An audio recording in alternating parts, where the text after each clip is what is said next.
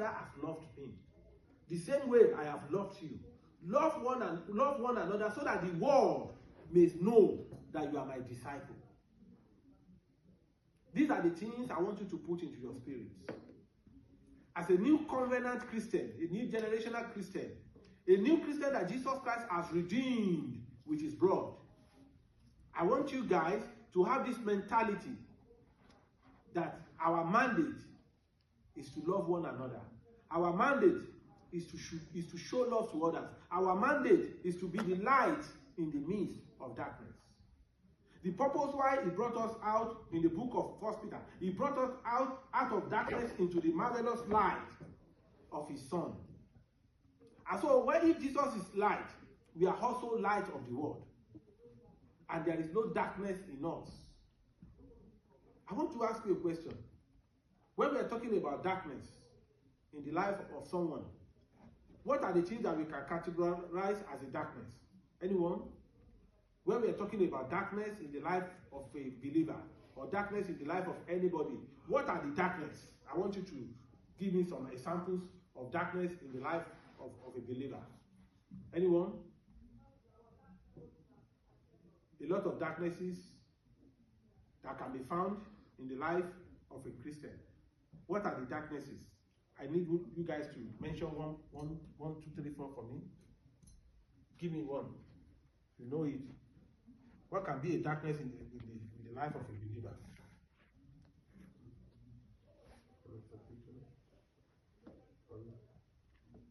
Yeah, you get it, but you are not bold to say it.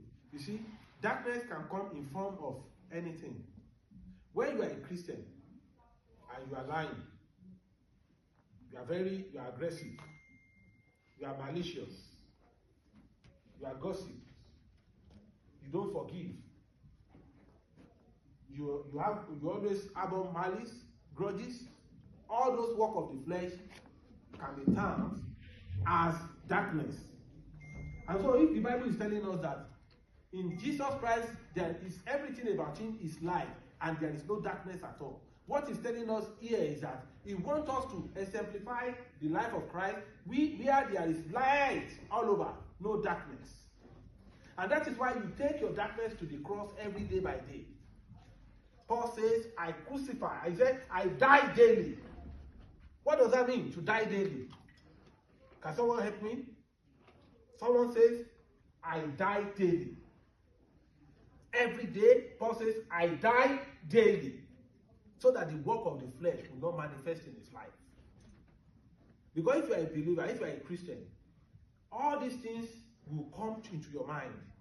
You know, today they said, the Bible verse says, Proverbs chapter 4, verse 23 to 24, it said, guide your heart with all diligence, for there flows the issues of life. Except you don't have a heart, there is no time bad thoughts will not come to your spirit. Yes, as long as you have this heart, there's no how you will not think negative and positive. The two thoughts comes to your mind. Now, when you have the light of God in you, it is the light of God in you that will retain the positive. Then the negative, the moment you have the positive, the negative will depart. That is when you have the heart of Christ. When the light of Christ is shining in you. When both negative and the positive thought comes, your heart, because your heart is of Christ, because there is light in your heart, the light in your heart will attract the positive and the negative will go away. But when there is no light in your heart, anything that comes, everything goes. Here we are being advised. The Bible is counseling us here that if there is no darkness in the life of Christ, there shouldn't be any darkness in our own life, because we are his image. We are created in the image of God. We are his representative. However, I will not rule it out because we are human. We are human beings and the Adamic nature is still there. How do we counter it? We counter it with the light of Christ. And that is why we are here today. When those thoughts comes into your heart, you use the light of God in your heart to tackle them back, to send them away. The Bible says, two ways are laid before you, life and death. But I will advise you to choose life. Every believer must have this mentality of forgiveness. all the fruit of the Spirit, you must impartate it in your life. You must inculcate it into your system. Every fruit of the Spirit. And I'm going to ask you another question. We have like 20, 15, 10 fruit of the Spirit in the Bible. What are the fruit of the Spirit? Can someone give me one? Zoe, give me one. Patience. God bless you. You all know what patience means. Naomi, give me one. Faithfulness unto God. Faithfulness unto the right thing. You see, sometimes in life, as a believer, and you have the light of God in you, in most cases, the temptation you will face will make you to decide what to do. But you decide to do what is good, not what is legal. What did I say? Do what is good, not what is legal. You know, there are some countries you can't preach gospel publicly. That is the legal law there. But as a believer, Jesus says, go out and preach the gospel. That is the right thing for us to do.